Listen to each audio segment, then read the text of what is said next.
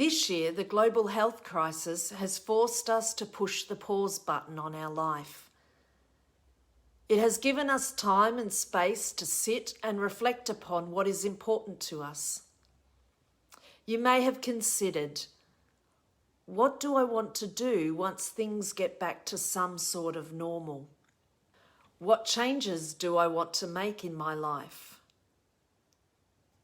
How do I want to make a difference in the lives of other people? I want to introduce you to a woman who is mentioned in the New Testament. However, she might not be that well known to most people. Her name is Dorcas, and her very short story is mentioned in the book of Acts. Interestingly, her death is spoken of in greater detail than about her life story.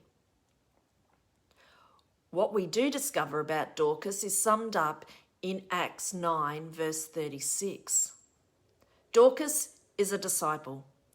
She is also identified in verse 36 as a woman who was always doing good and helping the poor.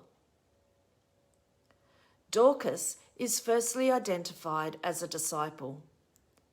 She probably had a very strong and deep faith.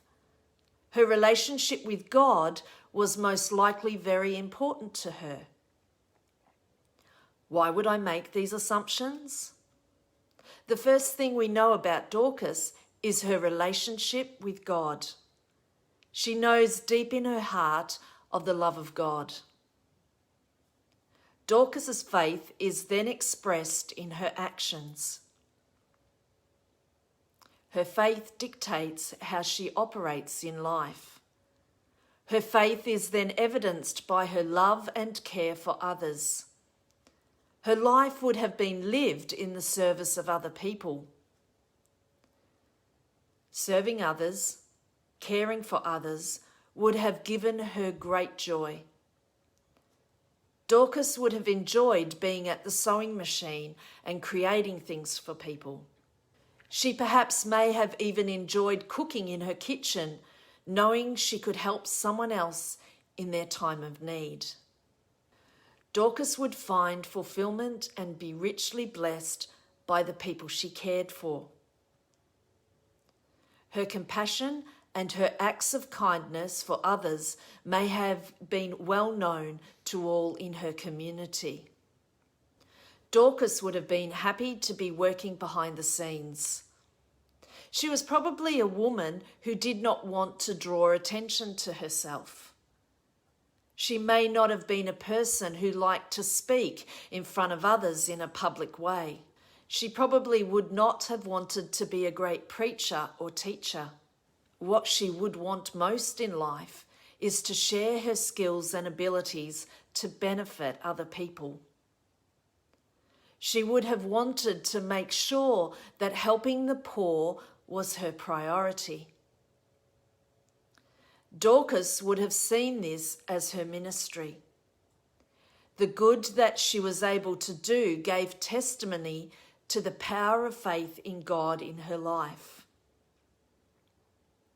In the next few verses, her story takes a dramatic turn. She had taken ill and had died. However, the Apostle Peter was close by to where she had lived in Joppa. Other disciples went to Peter and urged him to go with them to where Dorcas had been prepared for burial. In verse 39, Peter is informed of the impact and influence of this woman's life on other people. All the widows stood around him, crying and showing him the robes and other clothing that Dorcas had made while she was still with them. These women were heartbroken that Dorcas had died. They had experienced firsthand her generosity. They could share testimony of the influence of this woman. Once Peter was alone in the room with Dorcas, he was able to pray and bring her back to life. Because of this miracle, many people believed. There is no further mention of Dorcas. The rest of her story is not told, but it did not end there. Her influence and her ministry would have continued. Why do I assume so much about this woman's life and her impact on other people? Because I once knew and loved a woman who was like Dorcas.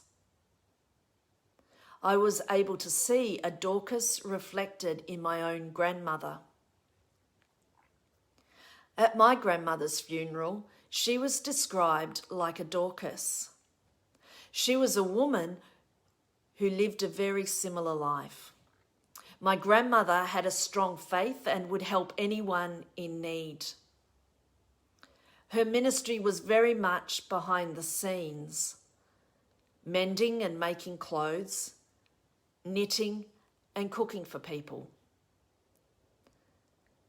She was a woman who radiated the love of God through her actions. She did these things to bless other people. What can we learn from Dorcas? Simply described, Dorcas loved God and she loved others. Her love for God influenced her and inspired her into action. Her faith was demonstrated in very practical ways. Her faith shaped the way she lived her life. She was a woman who saw the needs of others and wanted to help. Dorcas used her skills and abilities to benefit others. These things may have seemed ordinary, everyday issues.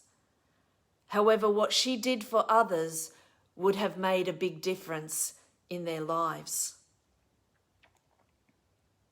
She gave out of the generosity of her heart. She gave to those who had very little. She gave to those who could never repay her. Maybe others saw her Christian faith shine through her.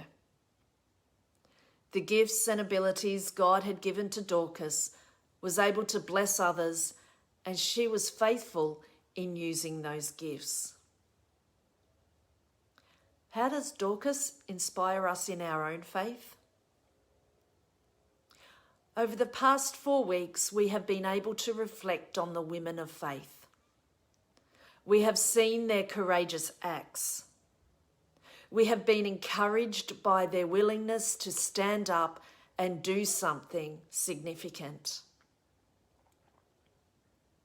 As you have reflected on these women, you may have thought, I could never be like them.